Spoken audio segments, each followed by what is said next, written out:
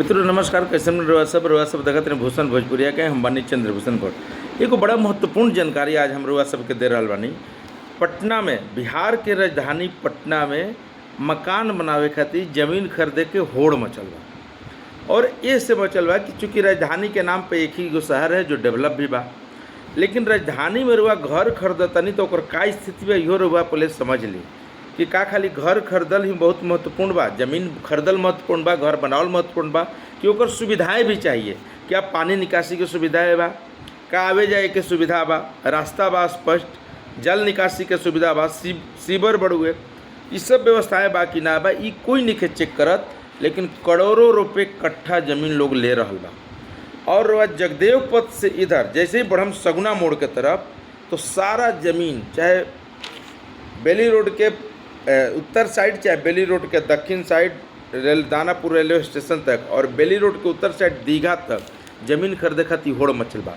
लेकिन पूरा इलाका में, चाहे संपत चक होके, अगर ये तो पश्चिम की बात कर लेनी, पूरब में अगर पटना के जाए, पटना सिटी इलाके में चाहे संपत चक होके, धरारुआ होके, पुनपुन होके या कुरथौल होके, इस सब इलाका में जमीन खरीद के घर बना ली। सीवरेज का कोई साधन नहीं किया, पानी निकासी के कोई सुविधा नहीं किया, तो डेंगू का डंक खतरनाक रूप से मार रहा है। तो डेंगू के डंक से बचना है तो आपको कुछ उपाय करने होंगे। उपाय क्या है ये समझ लीजिए।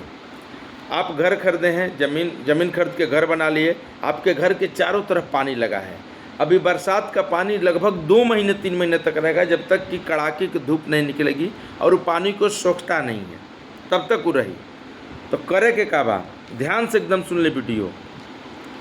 एक साफ कपड़ा, सूती के कपड़ा ले ली, उसमें लकड़ी के भूसी, जौन लकड़ी बढ़ई, जौन मिस्त्री के दुकान पर जाए तो लकड़ी रगड़ात ओकर भूसी निकलेला, वो भूसी सूती कपड़ा में पोटली के तरह बना लेवे के बा। सूती कपड़ा में थोड़ा सा भूसी रख के और ओकरा के गेंदा की तरह पोटली बांध के गेंदा की तरह गोल बना लेवे के बा। और जरल मोबिल में ओकरा के डुबा देवे के बा, और डुबा के आ पानी में जेने तेने गेंदा बॉल की तरह छीट देवे के बा। जब तैलिए पूरा पानी जौन बा, कुछ देर बाद देखब कि ऊपर मोबिल आ गए, यानी पूरा तैलिए हो जाई वो लेयर पानी के। जब तैलिए लेयर हो जाए तो वहाँ डेंगू के लार्वा पनपबे ना करे, ऐसे डेंगू मच्छरे ना हो, तो डेंगू इलाका में ना हो। तो सब कोई सरकार के प्रयास छोड़ दी, अपन इलाका में लकड़ी के भूसी लेके सूती कपड़ा में बांध के गेंदा बना के जरल मोबिल में डुबा के और बॉल की तरह इधर उधर 10-20 गो फेंक दीजिए घर के आसपास।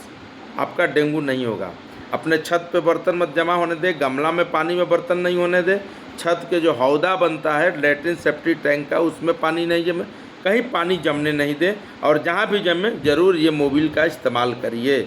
इससे करने से डेंगू से आप बच सकते हैं। डेंगू सबसे खतरनाक अभी पटना में है। पटना के 20 ऐसे स्पॉट चयनित किए गए हैं जो हॉट स्पॉट है, 22। चाहे पटलिपुत्रा अंचल के बोरिंग रोड हो, राजा बाजार हो, राजापुर पुल हो, इंद्रपुरी हो, असियाना हो, बाकीपुर अंचल में मुसालापुर हाट हो, सुल्तानगंज बाजार समिति, संदलपुर, नूतन राजधानी में तारामंडल, सिपारा, मीठापुर, अनिसाबाद, अजीमाबाद में अगम कुआं, NMCH area, Bajrangpur area, Kankarbagh में कुमरार, भागवत नगर, पटना सिटी में खजिकाला, मालसलाम, ये सब हॉट स्पॉट एरिया है। और इधर का जो इलाका है, जो जगदेव पथ से सगुना मोड़ तक, लखनी बिगहा से लेकर के आगे आशोपुर तक, ये पूरा इलाके में जल जमाव बा। ये जल जमाव में ये उपाय करे के बाद तबे डेंगू से बचे के बाद, ना उपाय करम तो डेंगू होना तय बढ़ुए। PMCH में बेड सुरक्षित 10 गो कइल बा, तो 10 गो से का हुई, इतना बड़ा राजधानी में जहाँ 35 से 40 लाख लोग बस रहा बा। एकर लक्षण का बा इहो समझ ली। डेंगू के अचानक तेज बुखार आना, सिर मांसपेशी जोड़ों में दर्द होना, आँख के पीछे दर्द होना, त्वचा के लाल चकते दाने हो गई, उल्टी होखे लगी, भूख अधिक लगी, भूख ना लगे, उल्टी होखे लगी और भूखों ना लगी। कभी कभी नाक और मसूड़ों से भी खून आवे लगी। ये सब जो लक्षण बा, ये डेंगू के लक्षण बा, तुरंत एकदम डॉक्टर से मिल के इलाज करावे बा। नहीं तो जैसे ही ओकरा में प्लेटलेट्स डाउन हुई तब परेशानी बहुत बढ़े लगी। तो फिर बकरी का दूध, पपीता, लंद फंद बहुत तरह के उपाय करे के पड़ी। तो डेंगू से बचे के बाद तो पहले घर के आसपास अपन सुव्यवस्थित जो उपाय बतेने उपाय कर ले, डेंगू ना हुई। और डेंगू हो जाए तो घबराए के बात नहीं, कर डॉक्टर से मिले के बाद मच्छरदानी के प्रयोग जरूर करें। एगो बात समझ ली, दिन में डेंगू मच्छर काटेला 2 फीट तक उड़ेला, ज़्यादा ना ओकर 2 फीट हाइट है, 2 फीट तक उड़ी। पैजामा से या फिर जैसन भी कपड़ा पहनी, यहाँ से पूरा पैर मोजा दस्ताना के साथ पूरा पैर मोजा जूता तरह करी, हाथ भी यहाँ तक ढक के रखे, चूँकि 2 फीट काटेला तो ज़्यादातर पैरे और हाथ में काटे के डर रही, इतना खुला रहेला तो एकरा के कवर कर रखिए, डेंगू ना हो, डेंगू ना काटी और स्वस्थ रहिए, सुरक्षित रहिए। गांव घर का अन्न खाइए, अनाज खाइए, पौष्टिक खाइए, हमेशा खुशहाल रहिए। धन्यवाद। वीडियो को देखते रहिए, लाइक सब्सक्राइब करते रहिए और लोगों तक पहुँचाते रहिए।